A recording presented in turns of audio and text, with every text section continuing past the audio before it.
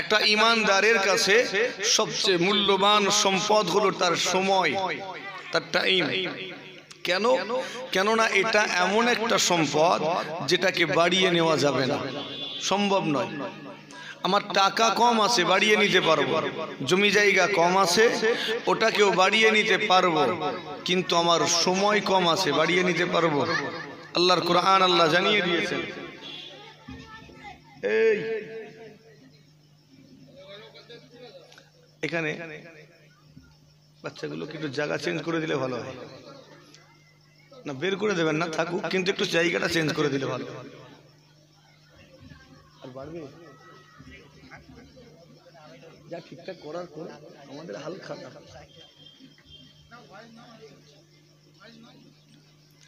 তো একটা ঈমানদারের কাছে সবচেয়ে মূল্যবান এই জন্য তার সময়।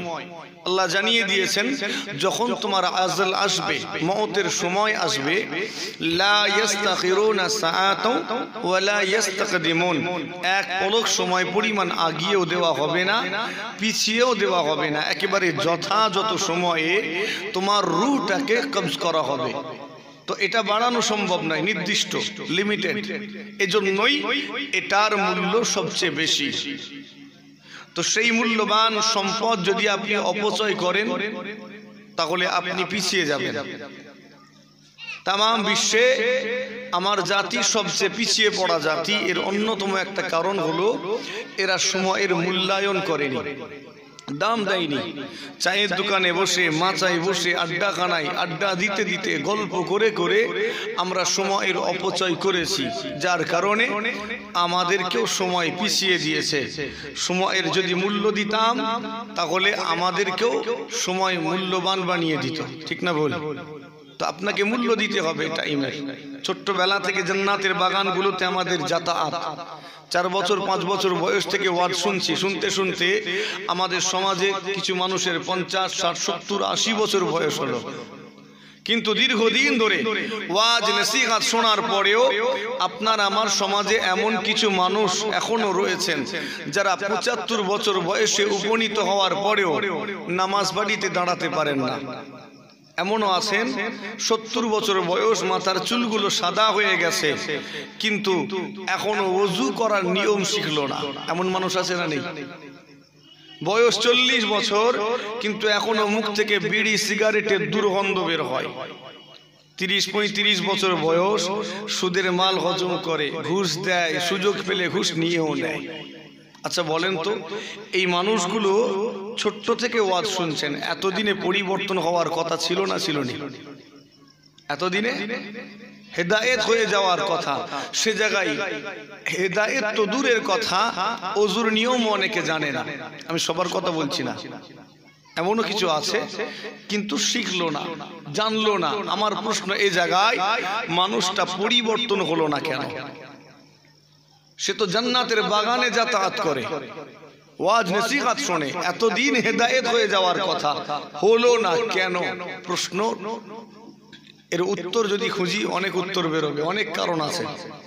সংক্ষেপ করে মূল কারণটা, আমরা জান্নাতের বাগানগুলোতে এসেছি ঠিক কথা, কিন্তু নিজেকে পরিবর্তন করার উদ্দেশ্য নিয়ে আসিনি। উদ্দেশ্য ছিল হই হুল্লোড় করবো, আর আল্লাহ আমাদের নিয়তকে পূরণ করাচ্ছেন। যারা হই হুল্লোড় করার জন্য নিয়ত করেছে, আল্লাহ তাদেরকে ওই হই হুল্লোড়ের জায়গায় ফেলেছেন। যে মস্তি করব ভেবেছে, আল্লাহ তাকে ওই জায়গায় ফেলেছেন।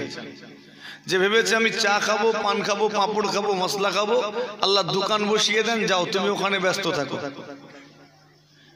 যে ব্যক্তিটা মনে করেছেন, যার নিয়ত আমি যাব জলসা শুনবো, আল্লাহ তাকে মজলিসেও আনেন, জলসাও শোনান, কিন্তু হেদায়েতটা নিয়তের মধ্যে নাই, সেজন্য হেদায়েত জুটলো না। কত বোঝাতে পারছি? তার নিয়তে সব আছে, হেদায়েত নেই।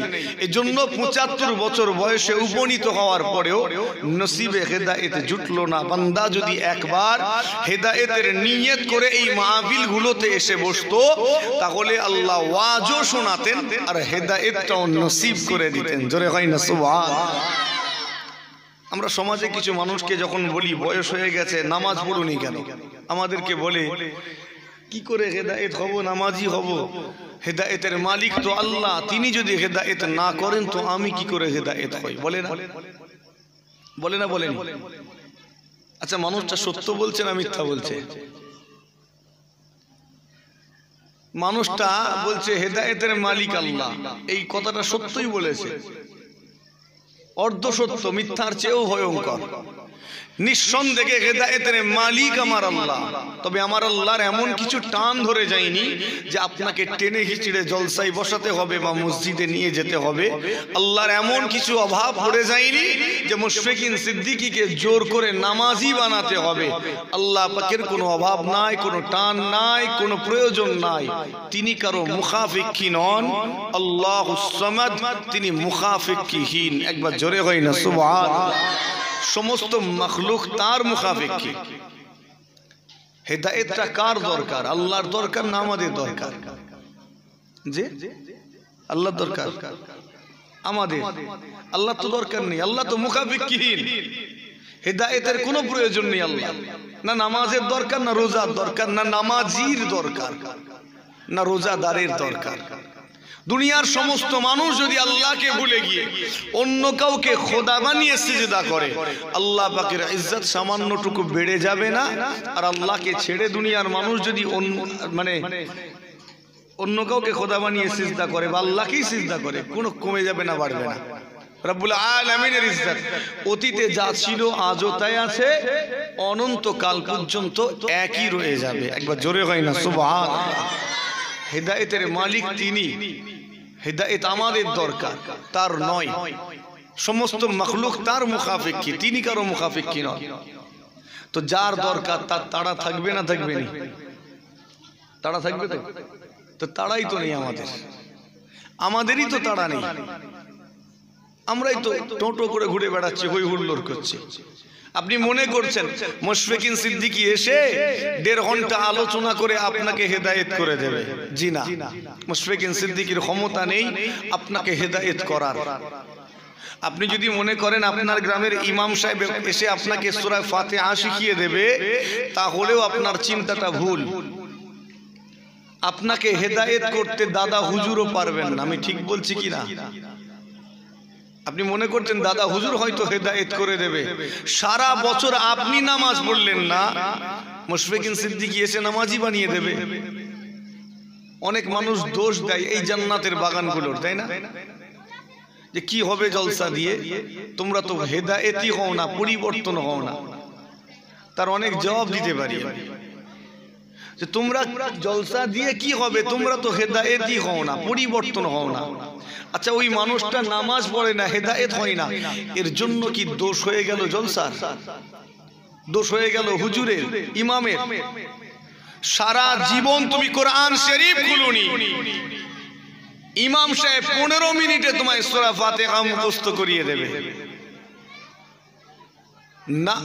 দুনিয়ার কোনো আলেম, কোনো মাওলানা, কোনো মুফতির ক্ষমতা নেই আপনাকে হেদায়েত করে। এমন কি আমার নবীরও ক্ষমতা নেই। আমি জানি না কথাটা আপনার খারাপ লাগছে কিনা, আমার নবীও হেদায়েত করতে পারেন না। যদি আমার নবী হেদায়েত করার ক্ষমতা রাখতেন, আবু জেহেল হেদায়েত হয়ে যেত, আবু লাহাব হেদায়েত হয়ে যেত। নিজের চাচা মৃত্যু সজ্জায় শায়িত, মনে আছে না নেই? মৃত্যু সজ্জায় শায়িত, চাচা সঙ্গে ওঠা বসা, খাওয়া দাওয়া সব। সেই চাচার কাছে গিয়ে বলছেন একবার কলেমাটা পড়ে নেন, আপনার নাজাতের জিম্মাদার আমি রাসূলুল্লাহ হয়ে যাব। যে নবীর সঙ্গে উঠা বসা, খাওয়া দাওয়া, হাসি খুশি, সেই নবী যখন বলছেন, কলেমা পড়েছিলেন? পড়েননি তো? তো এখানে যেটা বলতে চাইছি, কেউ আপনাকে হেদায়েত করতে পারবে না। আল্লাহ জানিয়ে দিয়েছেন, আমার হাবিব ইন্নাকা লা তাহদি মান আহবাবতা, আপনি যাকে ভালোবাসেন তাকে হেদায়েত করতে পারবেন না। হেদায়েতের মালিক হলাম আমি আল্লাহ। একবার জোরে হয় না সুবহানাল্লাহ। তিনি হেদায়েত দেবেন কখন? আল্লাহ বলছেন যখন তুমি চাইবে হেদায়েতটা, না চাইলে আমি দেব না। কুরআন শরীফ রব্বুল আলামিন জানিয়ে দিয়েছেন, ইন্নাল্লাহা লা ইউগাইয়িরু মা বিকওমিন হাত্তা ইউগাইয়িরু মা বিআনফুসিহিম। আমি আল্লাহ পাক কোন কওম, কোন জাতি, কোন গোত্র গোত্রকে কিংবা কোনো ব্যক্তিকে ততক্ষণ পর্যন্ত পরিবর্তন করি না, করছি না, করব না, যতক্ষণ না পর্যন্ত ওই কম, ওই জাতি, ওই গোত্রটা, ওই ব্যক্তিটা নিজেকে পরিবর্তন করতে চায়। তো আপনি নিজেকে পরিবর্তন করতে না চাইলে আল্লাহ কেন পরিবর্তন করতে যাবেন? তার কি দরকার আছে আপনাকে পরিবর্তন করা? দরকার আছে কি? দরকার নেই তো। তো আগে আপনি নিজেকে পরিবর্তন করতে চাইবেন, তখন আল্লাহ আপনাকে পরিবর্তন করবেন। একবার জোরে হয় না সুবহানাল্লাহ। আপনি নামাজি হতে চাননি, তাই আল্লাহ নামাজি বানাননি, কিন্তু দোষ দিচ্ছেন কোথায়? জলসাকে। জলসা দিয়ে কি হবে? তোমরা তো নামাজি পড়ো না। জলসা শোনার আগে যা ছিলে, জলসা শোনার পরেও তো একই হয়ে যাবে। সত্যি তো। আমি আপনাকে জিজ্ঞেস করি, ওই একই প্রশ্নটা বলেন তো, এই জলসা দিয়ে আদৌ কোনো লাভ আছে কি? বললে খুশি হব। জলসা শোনার আগে মানুষটা সুদ করছিল, শোনার পরে কি সুদ খাওয়া ছেড়ে দেয়? না। জলসা শোনার আগে ওজনে কম দিত, জলসা শোনার পরে ছেড়ে দেবে? পরিবর্তন নেই। আমার একই প্রশ্ন, জলসাটা দিয়ে আদৌ কোনো লাভ আছে কি? প্রথম কথা বলে রাখি, এই মাহফিল কায়েম করা হয়েছে, এটার উদ্দেশ্য কেবলমাত্র নামাজ পড়া নয়, নামাজ শিখা নয়। মাহফিল কায়েম করার পেছনে অনেক উদ্দেশ্য আছে, ঠিক না বল? কেবল একটা উদ্দেশ্য নয়। এই মাহফিল কায়েম করা হয়েছে, একটা উদ্দেশ্য হলো নেকি অর্জন করা। একবার জোরে হয় না সুবহানাল্লাহ। আর একটা উদ্দেশ্য হলো নিজের গুনাহগুলোকে মাফ করিয়ে নেওয়া। জোরে হয় না সুবহানাল্লাহ। এই মাহফিল কায়েম করার পেছনে অন্যতম আরো একটা উদ্দেশ্য হলো নিজেদেরকে দানশীল বানিয়ে নেওয়া। জোরে হয় না সুবহানাল্লাহ। মাহফিল কায়েম করার পেছনে অনেক উদ্দেশ্য, অবশ্যই তার মধ্যে একটা হলো হেদায়েত হওয়া, নামাজি হওয়া, রোজাদার হওয়া। কেবল একটা উদ্দেশ্য নয়, অনেক। আরো একটা উদ্দেশ্য, সেটা কি? বিপদ আপদ মুসিবত থেকে হেফাজত হওয়া। জোরে হয় না সুবহানাল্লাহ। মাহফিল কায়েম করার পেছনে আরো একটা উদ্দেশ্য হলো ইসলামী জ্ঞান অর্জন করা। আরো উদ্দেশ্য সওয়াব রেসানির মাধ্যমে নিজ বংশীয় ইমানদার পূর্বপুরুষদের রুহে সওয়াব বন্টন করা, আর এটার মাধ্যমে ইমানদার গুনাহগার জাহান্নামীদের জান্নাতি বানিয়ে দেওয়ার ব্যবস্থা করা। একবার জোরে হয় না সুবহানাল্লাহ। আচ্ছা, আমি যে কটা কারণ বলেছি ভুল বলিনি তো? জলসা তো কেবল নামাজ শিখার জন্য কায়েম করা হয়নি। কেবল যদি নামাজের জন্য কায়েম করা হতো, তাহলে যেদিন এই গ্রামের সমস্ত মানুষ নামাজি হয়ে যাবে, সেই দিন আর এই জলসার কোনো প্রয়োজনীয়তা নেই। কেন? এখন তো সবাই নামাজি, আবার কেন জলসা? তো কেবল একটা নয়। নওজওয়ানেরা, তরুণেরা, আমার মুরব্বিয়ানেরা, খুব সংক্ষেপ করে আলোচনা রেখে যাব। বিভিন্ন জায়গাতে জলসা, ওয়াজ, নসিহতের মাহফিল কায়েম করা হয়। মনে রাখবেন, এগুলো কেবলমাত্র নামাজি হব, রোজাদার হব, জাকিরিন হব, এই উদ্দেশ্য নিয়ে কায়েম করা হয় না। বহুমুখী উদ্দেশ্য। একটি বলেছিলাম, নিজেদেরকে নেককার বানিয়ে নেওয়া, নেকি অর্জন করা। হেঁটে হেঁটে এসেছেন, নেকি পেয়েছেন না পাননি? কটা করে? প্রত্যেক কদমে 10টা করে নেকি। একবার জোরে হয় না সুবহানাল্লাহ। এখানে বসে বসে দরুদ শরীফ, কালেমা শরীফ পড়েছি, নেকি। নিজেকে দানশীল বানিয়ে নেওয়ার মাধ্যমে নেকি অর্জন করা। দান এখানে কায়েম হয়েছে বলেই তো দান করতে পেরেছি। আমি শুনলাম এমনকি রক্তদানও হয়েছে, ঠিক না বল? এটা তো একটা গুরুত্বপূর্ণ ইবাদত, ঠিক না বল? মানুষের জান বাঁচানোটা এটা ফরজ। কোন মানুষ বিপদে পড়েছে, আপনি তার পাশে দাঁড়ালেন, আমার নবী বলছেন আল্লাহ ওই ব্যক্তিটাকে জিহাদের সওয়াব দেবে। একবার জোরে হয় না সুবহানাল্লাহ। তো আরো অনেক, আমি সংক্ষেপ করে কয়েকটা বলছি। তো এই মাহফিল কায়েম করার পেছনে কেবল একটা উদ্দেশ্য নয়, আর একটা উদ্দেশ্য বললাম নিজের গুনাহগুলোকে মাফ করিয়ে নেওয়া। হেঁটে হেঁটে এসেছি, প্রত্যেক কদমের ওসিলায় 10টা গুনাহ মাফ হয়েছে, মানুষটার মাফ হয়ে গেছে। এবার বসে বসে আলোচনা শুনে নিজের ভুলটাকে বুঝতে পেরে অনুতপ্ত হলাম, আল্লাহর কাছে তওবা করে ফিরে যাব, ঠিক না বল? শেষে তওবা হবে না? দোয়ার আগে মানুষটা তওবা করে ফিরে যাবে, তার গুনাহ থাকবে তখন?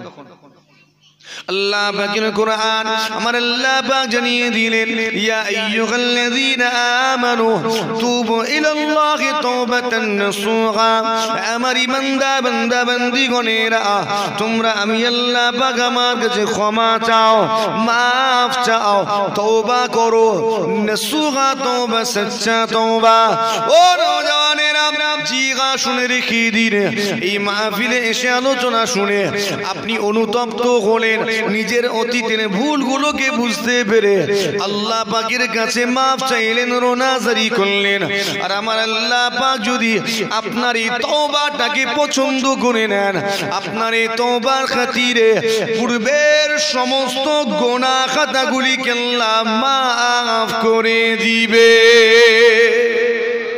মানুষটা এসেছিল গুনাহগার হয়ে তওবা করে ফিরে যাচ্ছে এখন গুনাহ আছে নিজের গুনাহগুলোকে মাফ করিয়ে নেওয়ার মাহফিল এটা একবার জোরে হয় না সুবহানাল্লাহ এখন সংক্ষেপে এই মাহফিলের গুরুত্বটা বলছি আমি এই মাহফিল কায়েম হয়েছে ইসলামী জ্ঞান অর্জন করার জন্য আলোচনা হবে শুনবো জ্ঞান বাড়বে ঠিক না বল আরো একটা উদ্দেশ্য হিদায়াত জি হ্যাঁ শুনে রেখে দিন সেই মাহফিলে একত্রিত হয়েছি আজকে দিনে আপনার আমার সামনে ইসলামের প্রত্যেকটা বিষয় উন্মুক্ত রয়েছে প্রাথমিক লেভেলের প্রত্যেকটা বিষয় আপনার আমার জানা রয়েছে কিন্তু জানার পরেও আমি আপনি অন্ধের মতো হয়ে গিয়েছি আজকে নামাজ দেখতে পাই না আজকে দিনে আমরা নেকির মজলিস দেখতে পাই না অন্ধের মতো আচরণ করি এজন্য আল্লাহ জানিয়ে দিয়েছেন খতামাল্লাহু আলা কুলুবিহিম ওয়া আলা সামইহিম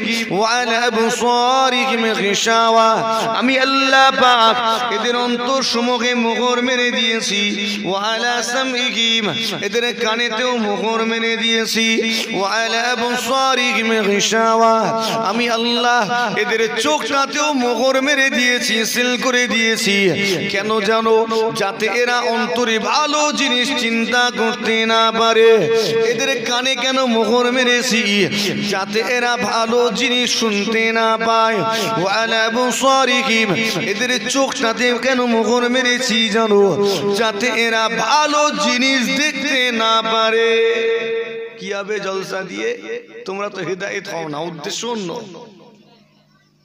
নেকির মজলিস দেখতে পাইনি নওজওয়ানেরা তরুণেরা আজকে দিনে আল্লাহ আমাদেরকে বাহ্যিক চোখ দিয়েছেন বাহ্যিক দৃষ্টি শক্তি দিয়েছেন ঠিক কথা কিন্তু অন্তরটাকে আমরা অন্ধ বানিয়ে ফেলেছি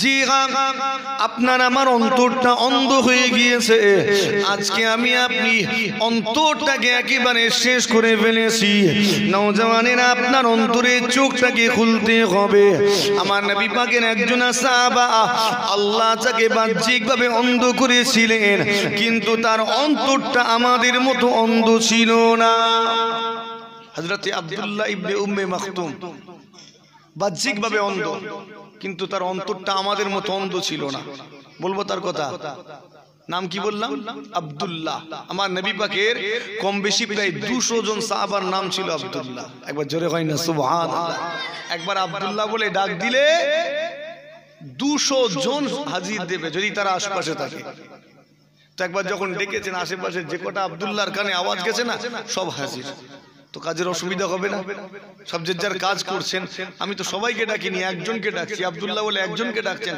আশেপাশে সব হাজির মুশকিল ব্যাপার তখন আমার নবী চিন্তা করলেন একটু কৌশলটা পাল্টাতে হবে যে আব্দুল্লাহকে দরকার তার সঙ্গে তার বাপের নামটা সম্পৃক্ত করলেন আব্দুল্লাহ ইবনে আব্বাস অর্থাৎ অন্য কোনো আব্দুল্লাহ নয় আব্দুল্লাহ কোন আব্দুল্লাহ আব্বাসের পুত্র আব্দুল্লাহ আব্দুল্লাহ ইবনে মাসউদ সবাই বুঝতে পারলেন আমাদের নয় মাসউদের বেটা আব্দুল্লাহকে ডাকছেন আব্দুল্লাহ ইবনে ওমর ওমরের পুত্র আব্দুল্লাহকে ডাকছেন সব বুঝতে পেরে গেলেন তো সুবিধা হলো আর এখন যে আব্দুল্লাহর কথা বলছি এনার একটু ব্যতিক্রম ছিল আমার নবী তাকে ডাকতেন যখন তার বাপের নামের সঙ্গে সম্পৃক্ত করে নয় তার মায়ের নামের সঙ্গে সম্পৃক্ত করে ডাকতেন তার আম্মার নাম ছিল আতিকা দুনিয়ার মানুষ উম্মে মাকতুম নামে চিনত কেন তিনি একটা অন্ধ সন্তানের জন্ম দিয়েছিলেন অন্ধ সন্তানের মা তাই সবাই বলতো উম্মে মাকতুম অন্ধ সন্তানের জননী তো এই মানুষটা বড় গুরুত্বপূর্ণ, একেবারে প্রাথমিক লেভেলে ইসলাম কবুল করেছিলেন। প্রাথমিক লেভেলে ইসলাম কবুল করেছিলেন কারা? হযরত আবু বকর সিদ্দিক রাদিয়াল্লাহু তাআলা আনহু, হযরত আলী রাদিয়াল্লাহু তাআলা আনহু। ঠিক ওই রকম প্রাথমিক লেভেলে এই অন্ধ মানুষটা গিয়ে কালেমা পড়েছিলেন। একবার জোরে হয় না সুবহানাল্লাহ। তার অন্তরটা যদি অন্ধ হতো তাহলে একেবারে গোড়ার দিকে গিয়ে কালেমা পড়তে পারতেন না। আমাদের অন্তর অন্ধ, সামনে নামাজ থাকার পরেও আমরা নিই না, ঠিক না বলি? তার চারটা অন্ধ ছিল না, এজন্যই একেবারে প্রাথমিক লেভেলে ইসলামের আলোয় আলোকিত হয়েছিল। একবার জোরে হয় না সুবহানাল্লাহ। এটা এই ব্যক্তিটা বড় গুরুত্বপূর্ণ ব্যক্তি। আর তিনি প্রথম কালেমা পড়েছিলেন, তো এই জন্য তাকে অনেক অত্যাচার সহ্য করতে হয়েছে, বহু নির্যাতন সহ্য করেছেন। কেন? স্রোতের বিপরীতে হাঁটছেন। তো যারা স্রোতের বিপরীতে হাঁটে তাদেরকে অনেক জুলুমের শিকার হতে হয়। জি হ্যাঁ, শুনে রেখে দিন, এই আব্দুল্লাহ ইবনে উম্মে মাকতুমের উপরে বহু জুলুম হয়েছে, নির্যাতন হয়েছে, তথাপিও তিনি ইসলাম থেকে দূরে সরে যাননি। আমার নবী পাক সাল্লাল্লাহু আলাইহি ওয়াসাল্লাম কি ভুলে যাননি, বরং যত জুলুম হয়েছে, অত্যাচার হয়েছে, তত তিনি ইসলামের প্রতি মজবুত হয়ে গিয়েছেন, তত বেশি শক্ত হয়েছেন। এই মানুষটা বড় গুরুত্বপূর্ণ কেন জানেন? তিনি এমন একজন ব্যক্তি, তার কারণে আল্লাহ পাক আসমান থেকে একটা, দুইটা, তিনটা, চারটা নয়, পরস্পর 16 খানা আয়াত নাজিল করেছিলেন। কটা আয়াত বললাম? অনেক সাহাবা আছে, তাদের জন্য নয়, কিন্তু এই অন্ধটার জন্য 16টা আয়াত নাজিল হলো। ছেলে খেলা নয়, মানুষটার গুরুত্ব কম নয়। অন্ধ সাহাবী আমার নবী পাক সাল্লাল্লাহু আলাইহি ওয়াসাল্লাম ইসলামের দাওয়াত দিচ্ছেন, কালেমার দাওয়াত দিতে গেছেন। কাদের কাছে জানেন? আবু জেহেল, আবু লাহাব, উতবা, শাইবা, ওয়ালিদ ইবনে মুগীরা, এসব বড় বড় নেতা নয়? আপনারা শুনেছেন, নাম করা নেতা এরা। তো কুরাইশ সরদার এই বড় বড় নেতাদের কাছে আমার নবী কালেমার দাওয়াত দিতে গেলেন। কেন? মনে মনে একটা আশা, আল্লাহ এই বড় বড় নেতাগুলো যদি কলেমা পড়ে নেয় তাহলে আমার ইসলাম প্রচারটা অনেক সহজ হয়ে যাবে, ইসলাম প্রচারটা অনেক সহজ হয়ে যাবে। আচ্ছা বলেন তো, একটা সাধারণ মানুষ কালেমা পড়লো আর একটা নেতা কালেমা পড়লো, কে বেশি খেদমত করবে ইসলামের? নেতাটা। সাধারণ মানুষের আন্ডারে কে আছে? মা, বাপ, ভাই, বোন, বিবি, ছেলে বলে, ঠিক না বলি? এই কজন। কিন্তু একটা নেতা, সে যদি কলেমা পড়ে, তার অনুসারী তো অনেক, সবাই না হলেও অর্ধেক যদি কলেমা পড়ে, সংখ্যাটা কম নয়। তো আমার নবী চিন্তা করলেন, এই আবু জেহেল, আবু লাহাব, এদের কাছে কালেমার দাওয়াত দিতে চাই, এরা যদি কালেমা পড়ে নেয় অনেক সহজ হবে। আর যেখানেই ঝামেলা করে, আটকায়, কালেমার দাওয়াত দিতে গেছেন, বাধা দিচ্ছে কারা? এই নেতাগুলোই। তো নেতাগুলোই যদি কলেমা পড়ে নেয়, আর ঝামেলা থাকবে? কে ঝামেলা করবে? তো এই চিন্তা করে আমার নবী তাদের কাছে গেলেন, তাদেরকে বোঝাচ্ছেন, কালেমার গুরুত্ব বোঝাচ্ছেন, ইসলামের সৌন্দর্য তাদের কাছে ফুটিয়ে তুলছেন। জি হ্যাঁ, শুনে রেখে দিন, আমার নবী পাক সাল্লাল্লাহু আলাইহি ওয়াসাল্লামের অন্তরে বড় আশা, এই নেতাগুলো ইসলামটাকে কবুল করে নিলে আমি রাসূলুল্লাহ আমার জন্য ইসলাম প্রচারটা অনেক সহজ হয়ে যাবে। ঠিক যেমন আমার নবী দোয়া চেয়েছিলেন, আল্লাহ আপনি আবু জেহেলকে হেদায়েত করুন, অথবা উমারকে হেদায়েত করুন। দোয়া চেয়েছিলেন না? কেন? কেননা এই নেতাগুলো কালেমা পড়লে ইসলামের শক্তিটা অনেক গুণ বেড়ে যাবে। আপনার আন্ডারে যদি, আপনার কাছে যদি এই এলাকার এমএলএ এখন চলে আসে, আপনার শক্তি বাড়বে না বাড়বে না? আপনার পাশে দাঁড়ালে শক্তি বাড়বে। তো এই জন্য আমার নবী দোয়া চাইলেন, আল্লাহ এদেরকে কালেমা পড়িয়ে দিন। আমার নবী পাক সাল্লাল্লাহু আলাইহি ওয়াসাল্লামের দোয়াটা সেই দিনে আল্লাহ পাক আমার উমারের জন্য কবুল করে নিয়েছিলেন। হযরত উমর বিন খাত্তাব রাদিয়াল্লাহু তাআলা আনহু বড় কট্টরপন্থী একজন মানুষ ছিলেন। তিনি যখন ইসলামের কালেমা খানা পড়ে নিলেন, মক্কার মানুষগুলো বড় আনন্দিত হয়েছিল, এতটাই বেশি আনন্দিত হয়েছিল দেখে মনে হচ্ছিল যেন আজকে মুসলমানদের কোন ঈদের দিন হবে, আনন্দের দিন হবে, সেই হযরত ওমর বিন খাত্তাব যতদিন কুফরির উপরে ছিলেন দৃঢ় ছিলেন, আর যখনই কালেমা পড়ে নিলেন ইসলামের উপরে সেই মুহূর্ত থেকে দৃঢ় হয়ে গেলেন, এতটাই মজবুত হয়ে গেলেন কারো ক্ষমতা নেই ওমরের সামনে গিয়ে দাঁড়িয়ে দাঁড়িয়ে বলবে ও ওমর তুমি কালেমা পড়ে ভুল করেছো। কেননা ওমর এতটাই পাওয়ারফুল নেতা ছিলেন, তার সামনে গিয়ে দাঁড়ানোর ক্ষমতা কেন ছিল না। জি আমার নবী পাকের জন্য বড় বড় নেতাদের কাছে কালেমা দাওয়াত দেওয়ার জন্য কালেমার গুরুত্ব বর্ণনা করলেন, ইসলামের সৌন্দর্য বর্ণনা করতে লাগলেন। ঠিক এমন অবস্থায় ওই মজলিসে অন্ধ ব্যক্তিটা এসে হাজির।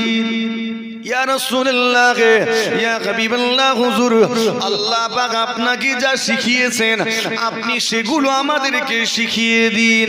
ইয়া রাসূলুল্লাহ, আপনি আমাকে আরো বেশি বেশি ইসলাম সম্পর্কে অবগত করুন, কোরআন সম্পর্কে আমাকে আরো বেশি বেশি করে জানিয়ে দিন। সেই সাহাবার এই কথাটা শুনে আমার নবী একটু বিরক্ত হলেন, কপালটা সিটকে মুখটাকে ঘুরিয়ে নিলেন। কেন? আশা ছিল নেতাগুলো কলেমা পড়বে, সেই আশা নিয়ে মেহনত করছে, আর তারা কলেমা পড়েনি। কে এসেছে? একটা অন্ধ এসেছে। বাজারে গেছেন, টাটকা কিছু সবজি কিনবেন, গিয়ে দেখছেন সব শেষ, কানা বেগুনগুলো পড়ে আছে। মনটা ভালো লাগবে তো? কথা বলেন, ভালো লাগবে না? তো আপনি আশা করেছেন বড় কিছু আর পাচ্ছেন ছোট কিছু, এজন্য আমার নবী পাকের মনটা একটু খারাপ হয়ে গেল, একটু ফেড আপ হলো। আমি চাইলাম কি আর পেলাম কি? চাইলাম বিশাল একটা পাহাড় আর আমি পাচ্ছি ছোট একটা পাথরের টুকরো, ঠিক না? এজন্য একটু মনটা খারাপ হলো। কপাল সিটকে মুখটা ঘুরিয়ে নিয়েছেন। বাস এই মুখ ঘুরিয়ে নেওয়া, এই আচরণটা আমার আল্লাহ পাকের পছন্দ হলো না, আল্লাহ পাকের পছন্দ হয়নি। কেন? কেননা আল্লাহ ইসলামে কোনো ভেদাভেদ রাখেননি। একবার জোরে হয় না সুবহানাল্লাহ। ইসলামে ভেদাভেদ আছে নাকি? গরিব ধনী ভেদাভেদ, জাতিভেদ প্রথা, ছুত অছুত নেই? ছুঁয়ে ফেললে নাপাক হয়ে যাবেন না? কথা নেই, এসব ইসলামে নেই। তো ইসলাম যোগ্যতা দেখে। কি দেখে? কি দেখে? যোগ্যতা। মুশফিকিন সিদ্দিকী পীরের ঘরের ছেলে, মদ খায়, এখানে বসাবেন? বসাবেন না। কেন? যোগ্যতা নষ্ট করে ফেলেছে। আর একটা সাধারণ মানুষ আলেম হয়েছে, শরীয়তের সমস্ত হুকুম আহকাম মেনে চলে, তাকে এখানে বসাবেন না? বসাবেন না। কেন? তার যোগ্যতা আছে। ইমামতির জায়গায় কাকে দাঁড় করান? খালাতো ভাইকে না, যে যোগ্য তাকে। ইসলাম যোগ্যতা দেখে, বংশ দেখে না, সৌন্দর্য দেখে না, ইসলাম দেখে না গরিব ধনী, কোনো ভেদাভেদ আল্লাহ রাখেননি। একবার জোরে হয় না? ইসলামে ছুত অছুত নেই। ভারতবর্ষে ইসলাম দ্রুত গতিতে প্রসার পেয়েছে, এর অনেক কারণ আছে, তার মধ্যে একটা হলো এই ছুত অছুত। ঠিক বলছি না বল? যখন ইসলাম এলো, এই নিম্ন বর্ণের মানুষগুলো তারা বাঁচার রাস্তা খুঁজছিলেন, কোথায় যাব কোথায় যাব। কেন? আমাদেরকে তো সমাজের মানুষই মনে করা হয় না, কোথায় যাব। তখন মুক্তির পথ ইসলামকে তারা পেলেন, দেখলেন এখানে কোনো ভেদাভেদ নেই, তুমি কালেমা পড়লে তার ভাই। একবার জোরে হয় না সুবহানাল্লাহ। নারীদের জীবন তো যখন দাহ করা হতো, তারা মুক্তির পথ খুঁজবে না? খুঁজবেনি? হ্যাঁ, কোথায় যাবে? দেখলো মুক্তির পথ আছে, ছুটে এলো, কালেমা পড়ে নিল। একবার জোরে হয় না? জি হ্যাঁ। অনেকে বদনাম করার চেষ্টা করে, ইসলাম নাকি তলোয়ারের ডগায় প্রচার পেয়েছে। তলোয়ারের ডগায় যদি প্রচার পেত, দুনিয়ার জমিনে ইসলাম বলে কোনো ধর্ম থাকতো না, সম্ভবই ছিল না প্রতিষ্ঠা পাওয়া। তলোয়ারের ডগা দিয়ে নাই, দমিয়ে রাখা যায়, প্রসার লাভ করা যায় না। ঠিক না বল? দমিয়ে রাখা যায়, প্রসার লাভ করা সম্ভব নয়, মানুষের অন্তরে জায়গা করা সম্ভব নয়। নওজওয়ানেরা, তরুণীরা, আমার মুরব্বিয়ানেরা, আল্লাহ পাক ইসলামে কোনো ভেদাভেদ রাখেননি। গরিব ধনী ভেদাভেদ নাই, জাতিভেদ প্রথা নাই, বংশের কোনো বড়াই ইসলামে চলবে না। আল্লাহ ইসলামে বর্ণভেদ রাখেননি, কালো ফর্সার ভেদাভেদ রাখেননি, এমনকি ইসলামে ছোট অচ্যুত আল্লাহ রাখেননি। সমস্ত ভেদাভেদ গুলোকে চুরমার করে দিয়ে আল্লাহ সব কটাকে এক কাতারে দাঁড় করিয়ে দিয়ে কোরআন শরীফে ঘোষণা করে দিয়েছেন, কোন ইবাদাল্লাহি ইখওয়ানা, তোমরা আল্লাহর ইবাদতকারী পরস্পর ভাই হয়ে যাও। আমি নামাজে দাঁড়িয়েছি, আমার পাশে একটা মুচি দাঁড়াতে পারে না, পারেনি? হ্যাঁ, আমি যদি তাকে দেখে নাক ছিটকাই, আল্লাহ বলছেন এই মুশফিকিন তুই বেরো, তোর মতো নামাজির আমার দরকার নেই। ঠিক না বল? কারণ আল্লাহ রাখেননি। এই আপনার জন্য কত ওয়াক্ত নামাজ? 5 ওয়াক্ত। ওই অন্ধটার জন্য কি 2 ওয়াক্ত ছাড় আছে? ছাড় নেই? সমান। একবার জোরে হয় না? তুমি কালেমা পড়েছো মানে ইসলামে কালেমা পড়া ব্যক্তি হিসাবে তোমার ইজ্জত প্রত্যেক ব্যক্তির মতো সমান। জি হ্যাঁ, শুনে রেখে দিন, আমার নবী পাক সাল্লাল্লাহু আলাইহি ওয়াসাল্লাম কপাল শীতকে মুখটাকে ঘুরিয়ে নিয়েছেন। এই আচরণটা আল্লাহ পাকের পছন্দ হলো না, সেজন্য আল্লাহ পাক জিবরাইল আমিন আলাইহিস সালামকে পাঠিয়ে দিলেন। আমার নবী যখন এই মজলিস থেকে ফিরে যাচ্ছেন, কি জানো এসে আমার নবী পাকের মস্তক মোবারকে আঘাত করে। এটা ছিল ওয়াহি নাজিলের পূর্ব লক্ষণ। যখনই ওয়াহি অবতীর্ণ হয়, কিছু সিম্পটম প্রকাশ পায়, আমার নবী পাকের মাথা মুবারকে কি যেন আঘাত করে। অতঃপর জিবরাইল আলাইহিস সালাম হাজির হলেন। ইয়া রাসূলুল্লাহ, ইয়া হাবিবাল্লাহ, হুজুর, আজকে দিনে ওই অন্ধ ব্যক্তিটার প্রতি আপনার যে আচরণ, এই আচরণটা আল্লাহ পাকের পছন্দ হয়নি। সেজন্য আল্লাহ আয়াত নাজিল করেছেন, আপনাকে সতর্ক করে দিয়েছেন, আপনাকে সাবধান করে দিয়েছেন। আল্লাহ কি নাজিল করলেন? আবাসা ওয়া তাওয়াল্লা আন জাআহুল আমা ওয়া মা ইউদরিকা লাআল্লাহু ইয়াযাক্কা আও ইয়াযাক্কারু ফাতানফাহু যিকরা। এইভাবে আল্লাহ পাক পরস্পর 16 খানা আয়াত নাজিল করলেন। আল্লাহ সাবধান করে কি বললেন? আবাসা ওয়া তাওয়াল্লা, তিনি ভ্রু কুঞ্চিত করলেন, ওয়া তাওয়াল্লা, মুখটাকেও ফিরিয়ে নিলেন। কেউ বিরক্ত হলে কপাল ছিটকে নেয়, এজন্য আল্লাহ বলছেন আবাসা, তিনি ভ্রু কুঞ্চিত করলেন, ওয়া তাওয়াল্লা, মুখটাও ফিরিয়ে নিলেন। কেন? কেননা আনজাআহুল আমা, তার কাছে একটা অন্ধ ব্যক্তি এসেছে। একটা অন্ধ ব্যক্তি এসেছে বলে আপনি মুখটা ফিরিয়ে নেবেন? আমি দরবারে বসে আছি, একটা অন্ধ ব্যক্তি এলে আমি মুখ ঘুরিয়ে নেব? যে আমার বাড়িতে একটা গরিব এসেছে, মুখ ফিরিয়ে নেব, বিরক্ত হব? এই আচরণ করা যাবে না, সমান নজরে দেখতে হবে। ঠিক না বল? ঠিক বলছি না ভুল বলছি? পার্থক্য করা যাবে না। আল্লাহ পার্থক্য করেননি, আমি কেন পার্থক্য করব? অধিকার নেই তো। ওয়ামা ইউদরিকা লাআল্লাহু ইয়াযাক্কা, আল্লাহ তার হাবিবকে বলছেন, আমার হাবিব, আপনি কি জানেন বা জানতেন হয়তো ওই মানুষটা সত্যি সত্যি নিজেকে পরিশুদ্ধ করে নিত, হেদায়েত হয়ে যেত। আও ইয়াযাক্কারু ফাতানফাহু যিকরা, অথবা আপনার এই উপদেশ বাণী ওই মানুষটার উপকারে আসতো, ওই মানুষটাকে হেদায়েতে সাহায্য করত। এইভাবে আল্লাহ পাক পরস্পর তার হাবিবকে বলতে লেগেছেন, আপনার ব্যাপারে যে বেপরোয়া মনোভাব দেখালো, আপনি কি করলেন? তাদের প্রতি আপনার মনোযোগটাকে বাড়িয়ে দিলেন। অথচ তারা যদি পরিশুদ্ধ না হয়, হেদায়েতে না হয়, আমার হাবিব আপনি তো দায়ী থাকবেন না।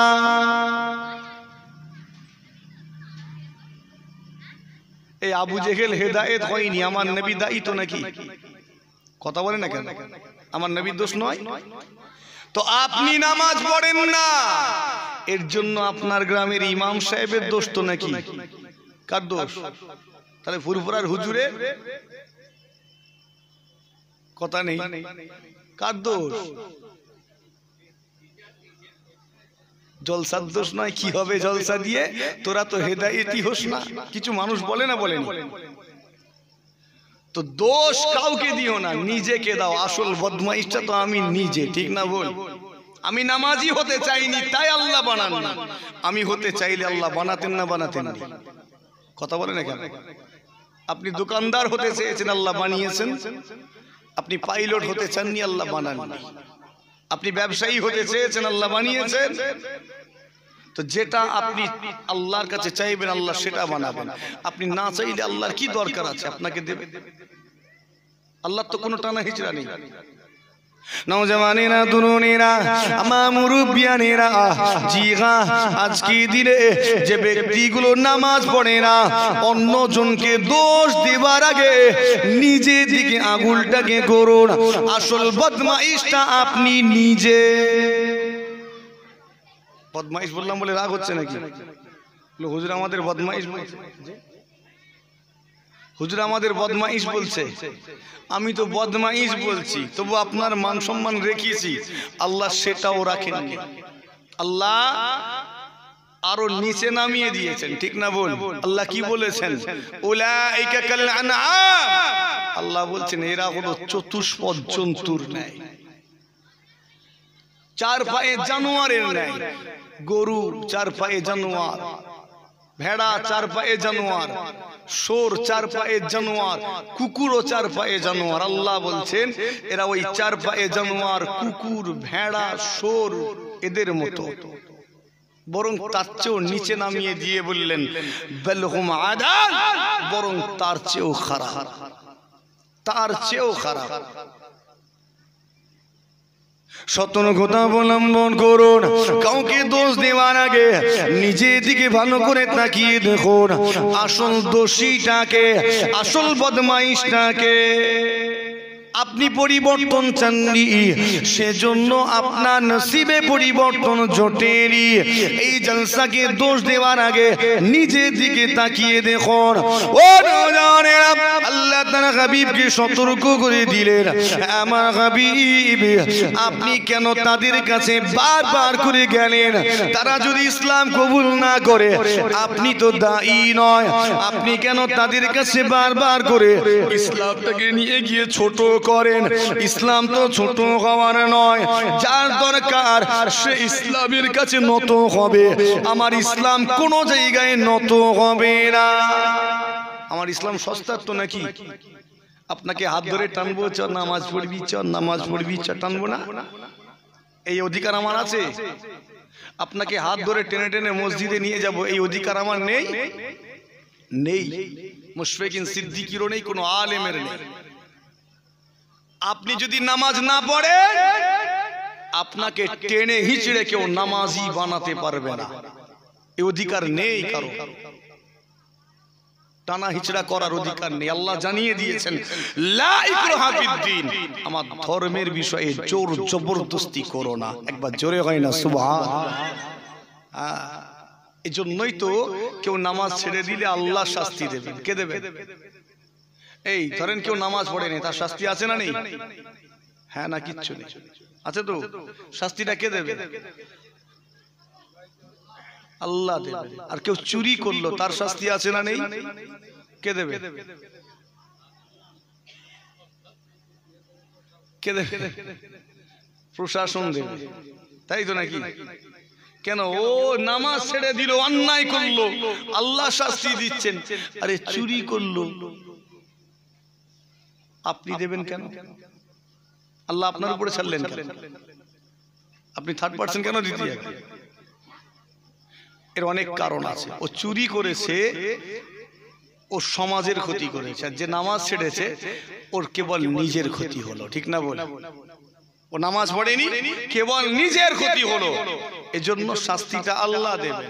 আর এই ব্যক্তিটা চুরি করেছে, ও কেবল নিজের ক্ষতি নয়, ওর পাশের বাড়িরও ক্ষতি করলো। যা চুরি করলো, যার যা চুরি করেছে তাদের ক্ষতি করেছে না? এই জন্য শাস্তিটা সমাজের হাতে আল্লাহ ছেড়ে দিয়েছে। শাস্তিটা তোমরা দাও, আর তুরন্ত দিতে হবে। এমনটা নয় যে বিচারের দিন শাস্তি হবে।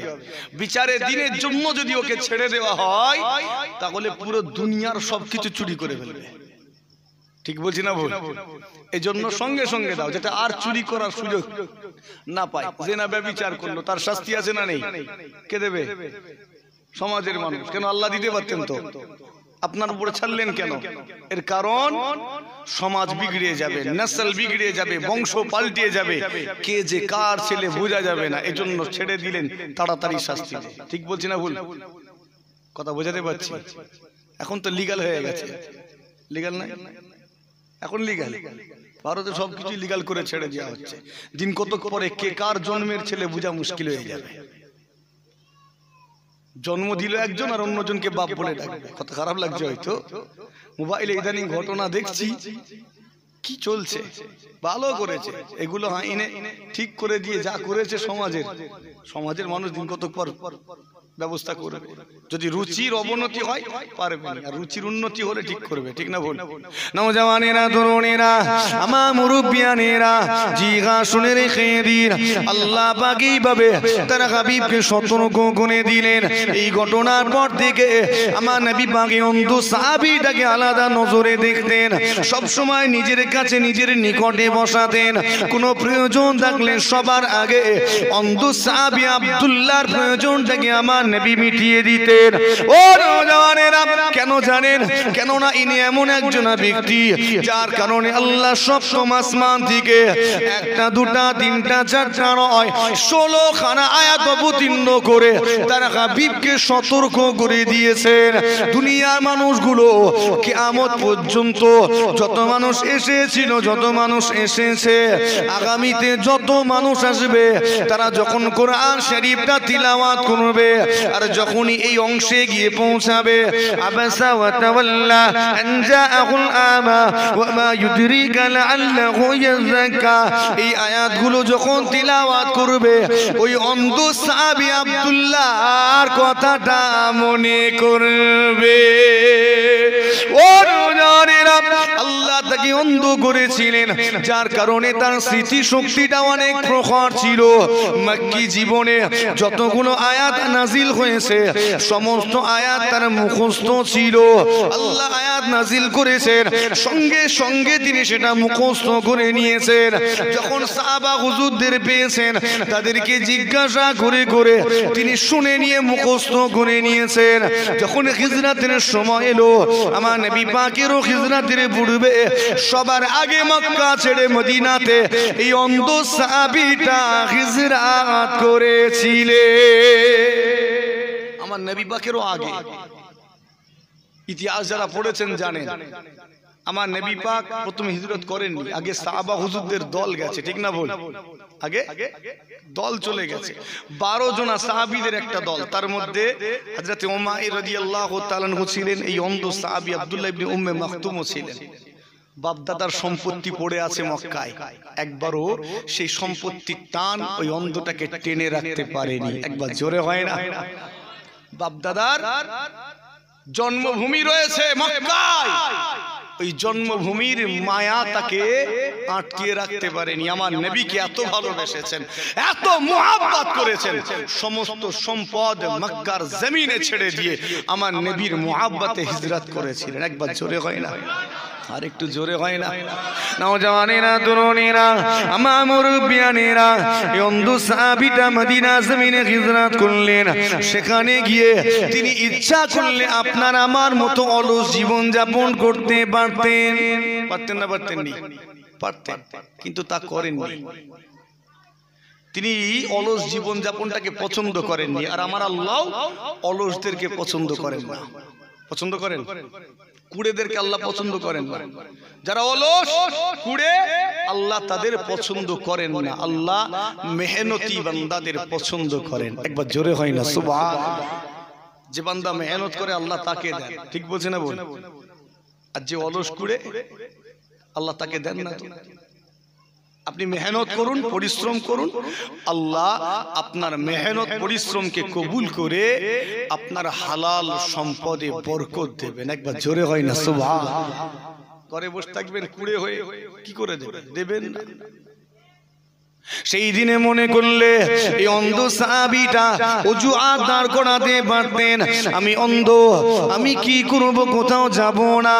কিন্তু সেই দিনের এই মানুষটা কোন রকমের অজুহাত দেননি, বাহানা করেননি, অলস জীবন যাপনটাকে বেছে নেননি। এই অন্ধ ব্যক্তিটা নিজেকে ইসলামের খেদমতে নিয়োজিত করেছিলেন। জিজ্ঞাসা করি, বলেন তো একটা অন্ধ ইসলামের জন্য কি খেদমত করতে পারে? পারবে কোনো খেদমত করতে? একটু কথা বলেন না। অন্ধ কি খেদমত করবে? তার নিজেরই তো খেদমতের দরকার, তারই খেদমত করতে হবে।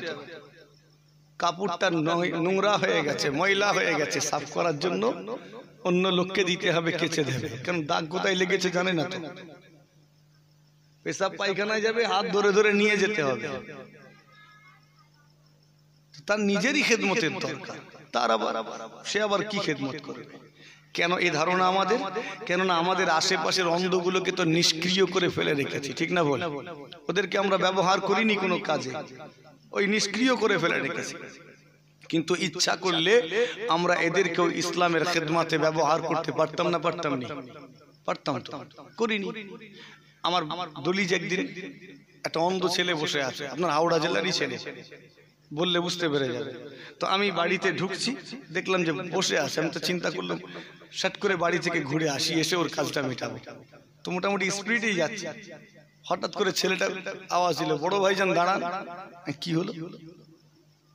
কি চোখ অপারেশন করে আবার চোখের জ্যোতি ফিরে পেলো নাকি? এই তুমি দেখতে পাও? তুমি তো দেখতে পাওনি, আমাকে দেখলে কি করে? আমি যাচ্ছি বুঝলে কি করে? না ভাইজান, আপনার পায়ের জুতোর আওয়াজটা শুনে আমি বুঝতে পেরেছি এটা বড় ভাইজান যাচ্ছে। তো এত স্মৃতি শক্তি প্রখর, পায়ের জুতোর আওয়াজটা পর্যন্ত ওর ব্রেনে লোড আছে। ঠিক বলছি না বল? আমরা যখন কোনো কিছু ভুলে যাই, মনে করতে গেলে চোখটা বন্ধ করি না? চোখ বন্ধ করে মনোযোগ বাড়িয়ে দিই, একটা ইন্দ্রিয় বন্ধ করে দিই, দেওয়ার কারণে মনোযোগ বেড়ে যায়। আর যখনই বেরিয়ে দিই মনোযোগটা মনে পড়ে, স্মরণে চলেও আসে। তো আমরা ইচ্ছা করলে আমাদের এলাকার অন্ধগুলোকে ব্যবহার করতে পারতাম। কেন? স্মৃতিশক্তি বেশি। ছেলেটাকে পরামর্শও দিলাম যে তুমি এক কাজ করো, দাদা হুজুরের ওসিয়তনামা কেন, আরো সব বললাম, জাল্লা মারুহুল আমিন হুজুরের লেখা কিতাবগুলো কেন, তুমি তো পড়তে পারবে না, পাশে একজনকে দিয়ে পড়াও, শোনো। আর এরা একবার শুনলেই মুখস্থ হয়ে যায়, একদম পুরো লোড হয়ে যায়। অনেক জায়গায় অন্ধ হাফেজ আছে না, এদের বেশি টাইম লাগে না মুখস্থ করতে, ও শুনে শুনেই মুখস্থ হয়ে যায়। তো আমি বললাম যে একজনকে দিয়ে পড়াও, তুমি শোনো, এগুলো তোমার ব্রেনে লোড করো। তো মোটামুটি কোনো তথ্য দরকার থাকলে সে এখন সুন্দরভাবে দিতে পারে। মাঝে মাঝে আবার ওয়াজও করে, মাঝে মাঝে স্টেজে উঠে জলসাও করে। আলেম নয়, কিন্তু ওই কিতাবগুলো শুনে শুনে মোটামুটি আলেম হয়ে গেছে। জি হ্যাঁ, শুনে রেখে দিন, আপনার আমার এলাকার অন্ধগুলোকে আমরা নিষ্ক্রিয় করে ফেলে রেখে দিয়েছি, তাদেরকে কোনো নেকির কাজে ব্যবহার করি না। কিন্তু সেই দিনে অন্ধ সাহাবী আব্দুল্লাহ ইবনে উম্মে মাকতুম তিনি ইচ্ছা করলে অলস জীবন যাপনটা বেছে নিতে পারতেন। কেউ তাকে প্রেসার দিত না, চাপ দিত না, কিন্তু তিনি অলস জীবন যাপনটাকে পছন্দ করেননি, ইসলামের খেদমতে নিজেকে নিয়োজিত করেছিলেন। একটা অন্ধ ইসলামের জন্য কি খিদমত করতে পারে তিনি জানেন, কোরআন শরীফের আয়াতগুলো। কেননা আমার নবী পাকের দরবারে সব সময় হাজির থাকতেন, বহু আয়াত তার মুখস্থ রয়েছে। তিনি চিন্তা করলেন আমি যতটুকু জানি এতটুকুই মানুষগুলোকে শিখিয়ে দেব, জানিয়ে দেব। চলে গেলেন মদিনার অলিতে গলিতে, মদিনার দুয়ারে দুয়ারে, মদিনার বাড়িতে বাড়িতে গিয়ে আল্লাহ পাকের কোরআন শরীফে তিলাওয়াত করে করে মদিনার মানুষগুলোকে শোনাতে লাগলেন। মদিনার মানুষগুলোর কানে কানে আল্লাহর মুআবানি কালেমা, আল্লাহর মুআগ্রন্থ কোরআন শরীফে তিলাওয়াত করে করে মদিনার মানুষগুলোর কানে পৌঁছে দিতে লাগলেন। সেই দিনে মদিনার মানুষেরা আমার আব্দুল্লাহ জবানে কোরআন শরীফের তিলাওয়াত শুনে মুগ্ধ হয়ে গেল। আব্দুল্লাহ জবানে কোরআন শরীফের তিলাওয়াত শুনে তারা আর নিজেকে ধরে রাখতে পারে না, সঙ্গে সঙ্গে হাত বাড়িয়ে ঈমানের কালেমা খানা পড়ে নিল। ও জানেরা, শুধু তাই নয়, বহু মাসলা মাসাইল তার জানা ছিল। যখনই মদিনার মানুষগুলো মাসলা মাসাইল কত কোনো সমস্যায় পড়েন, কোথায় যাব কোথায় যাব, চলো চলো চলো আব্দুল্লাহর কাছে যায়, ওই অন্ধ সাহাবীর নিকটে যায়। কেননা বহু মাসলা মাসাইল তার জানা রয়েছে, তিনি আমাদেরকে সমাধান দিতে পারবেন। মানুষগুলো যখন আব্দুল্লাহ নিকটে আসতো, এই অন্ধ সাহাবী আব্দুল্লাহ তাদেরকে শরীয়তের মাসলা মাসাইলগত বিষয়গুলো জানিয়ে তাদেরকে সমাধান দিয়ে দিতেন। যখন আমার নবী পাক মক্কা থেকে মদিনাতে হিজরত করলেন, মদিনায় হিজরত করার পরে আমার নবী পাক আব্দুল্লাহর খিদমত দেখে খুশি হয়ে গেলেন। আব্দুল্লাহর মেহনত দেখে, আব্দুল্লাহর পরিশ্রম দেখে আমার নবী আব্দুল্লাহর উপরে রাজি হয়ে গেলেন। এতটাই খুশি হয়েছিলেন, এতটাই রাজি হয়েছিলেন, আমার নবী পাক খুশি হয়ে তাকে মসজিদুন নববী শরীফের মুয়াজ্জিন নিযুক্ত করেছিলেন। তো তুমি বারবার বলুনি হুজুর আমার জন্য দোয়া করবেন, এমন কাজ করো যেন হুজুরের পশম ফুটে তোমার জন্য দোয়া বের হয়। কথা ঠিক না বল? বারবার বলার দরকার নেই হুজুর দোয়া করবেন। তুমি এমন কাজ করো হুজুরের অন্তর খুশি হয়ে যেন অন্তর থেকে তোমার জন্য দোয়া বের হয়, ওই রকম কাজ করতে হবে। তো আমার নবীকে খুশি করে ফেলেছেন। আমার নবী চিন্তা করতেন এই অন্ধটা তো খেদমত করেছে, খুশি হয়ে মসজিদের মুয়াজ্জিন বানিয়ে দিলেন। আচ্ছা বলেন তো মসজিদুন নববী শরীফের মুয়াজ্জিনের নাম কি? একটু বললে খুশি হব, একটু বলেন না রে। মসজিদুন নববী শরীফের মুয়াজ্জিন কে আজান দিতেন? হযরতে বেলাল রাদিয়াল্লাহু তাআলা। আর আমি এখন বলছি আব্দুল্লাহ নামক অন্ধ সাহাবী, আমিও ভুল বলছি, আপনারাও সুবহানাল্লাহ বললেন। এই ঠিক বললাম না ভুল বললাম? মসজিদুন নববী শরীফের মুয়াজ্জিন হলেন দুইজন, একজন হযরতে আব্দুল্লাহ ইবনে উম্মে মাকতুম আর একজন হযরতে বেলাল হাবশী। একবার জোরে হয় না সুবহানাল্লাহ। কখনো হযরতে আব্দুল্লাহ হুজুর আজান দিতেন, হযরতে বেলাল হুজুর ইকামত দিতেন। কখনো বেলাল হুজুর আজান দিতেন, আব্দুল্লাহ হুজুর ইকামত দিতেন। একবার জোরে হয় না সুবহানাল্লাহ। আর যখন রমজান শরীফ মাস আসতো তখন এই দুইজনের কদর অনেক বেড়ে যেত, গুরুত্ব বেড়ে যেত। কেন? একজন আজান দিতেন, মদিনার মানুষ সেহরি খাওয়া শুরু করত, আর একজন আজান দিতেন, সেহরি খাওয়া শেষ করত। মানে একজনের আজানে শুরু আর একজনের আজানে শেষ। এখন এরকম হয়? এখন এরকম হয় না। যখন ভোর হয়ে যায় মাইকটা অন করে শুরু হয়ে গেল, ভোর হয়ে গেছে, উঠে পড়ুন, সেহরি খান, রোজা রাখুন। ঠিক না বল? তখন এরকম ছিল না। আজান দিয়ে দিলেন, সবাই বুঝতে পেরে গেল সেহরি টাইম শুরু, খাওয়া শুরু, আবার শেষ। একজন আজান দিলেন, সব মদিনার মানুষ বুঝে নিল আর খাওয়া যাবে না। একবার জোরে হয় না সুবহানাল্লাহ? আর একটু জোরে হয় না? দরুদ শরীফ আল্লাহুম্মা সাল্লি আলা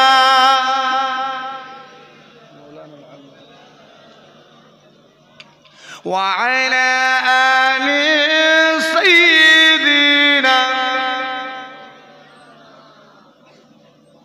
بعمان ذلغي سسين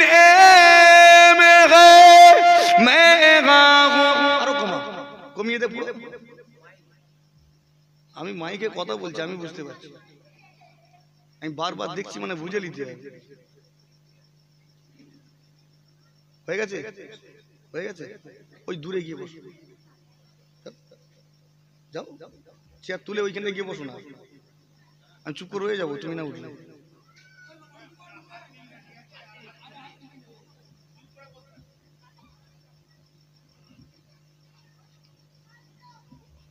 بعمان زلغي سسينه मेरा हो मेरा दी मदीने में है फूल तो फूल कांटों में क्या हुस्न है लुत्फ़ जन्नत से बढ़कर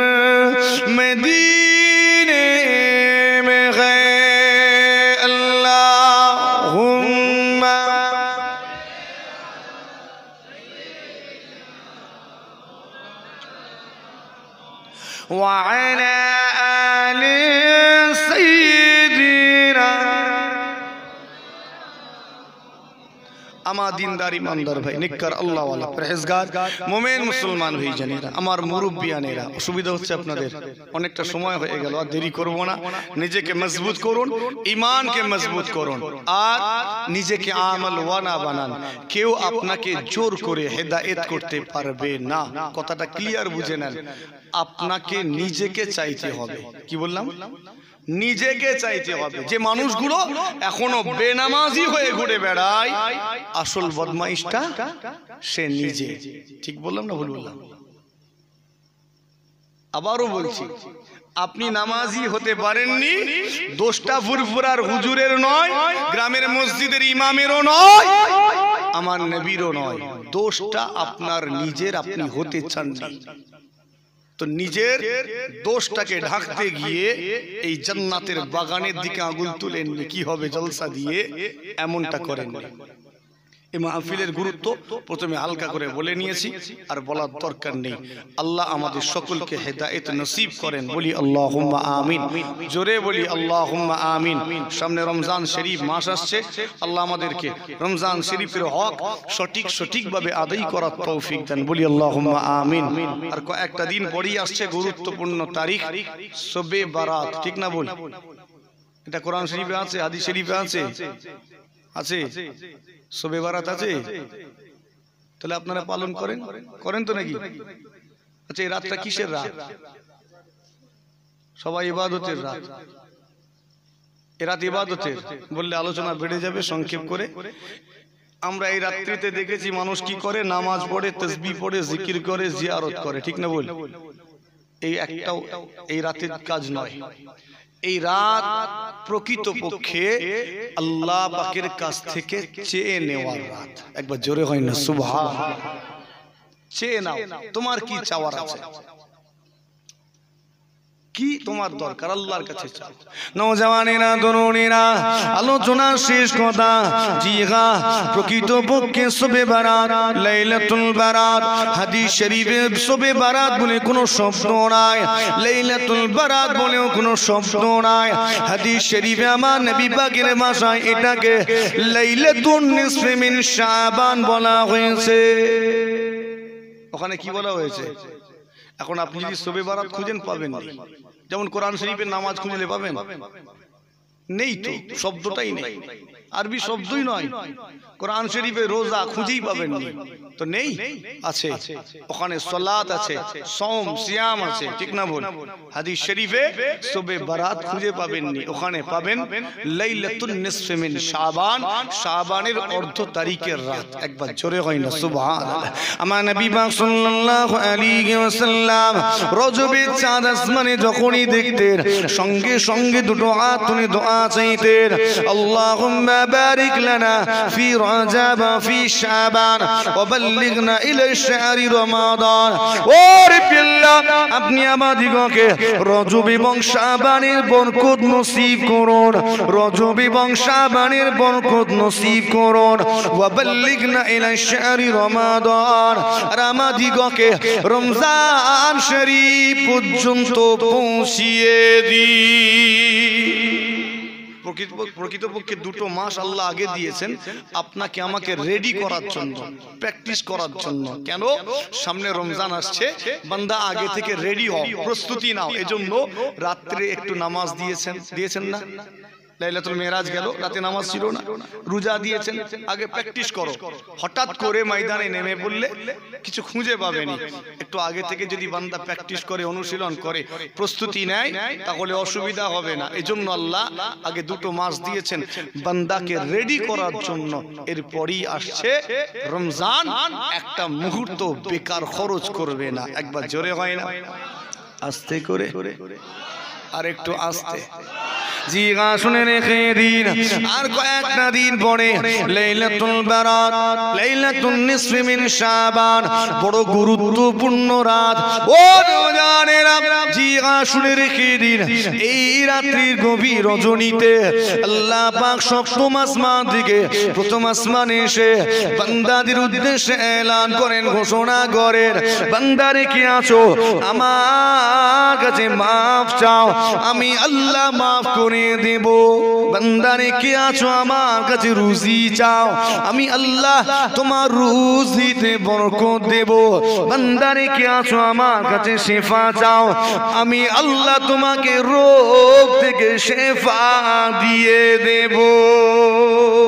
ও জানেরা, প্রকৃতপক্ষে এই রাতটা হলো আল্লাহ পাকের কাছ থেকে চেয়ে নেওয়া রাত। বান্দা, তোমার জীবনে কি আশা, কি বাসনা রয়েছে, তোমার কি চাওয়া পাওয়া রয়েছে, আমি আল্লাহ আমার কাছে ব্যক্ত করো। আল্লাহর কোরআন আল্লাহ জানিয়ে দিয়েছেন, উদউনি ওয়াস্তাজিব লাকুম, আমার বান্দারে তোমরা আমার কাছে দোয়া চাও, মুনাজাত করো, প্রার্থনা করো। তোমরা আমার কাছে দোয়া চাও, মুনাজাত করো, প্রার্থনা করো, আমি আল্লাহ তোমাদের দোয়া, তোমাদের মুনাজাতটাকে কবুল করে নেব। আল্লাহ বলেছেন কবুল করো, তো কবুল করবেন না করবেন না? আমার আল্লাহ ওয়াদার খেলাফ করেন না, মনে রাখবেন, ইন্নাল্লাহ লা ইউখলিফুল মিআদ, আমার আল্লাহ কখনো ওয়াদার খেলাফ করেন না। একবার জোরে হয় না সুবহান। তিনি যখন বলেছেন কবুল করব, তো কবুল করবেন। হ্যাঁ, আমরা চাইতেই যদি না পারি দোষটা আর কবুল করার মালিককে দিয়ে লাভ আছে? আমরা তো চাইতে পারি না, চাওয়ার মতো চাইলে আমার আল্লাহ কখনো ফেরান না। একবার জোরে হয় না সুবহান। আল্লাহ আমাদেরকে সঠিক তরিকা মোতাবেক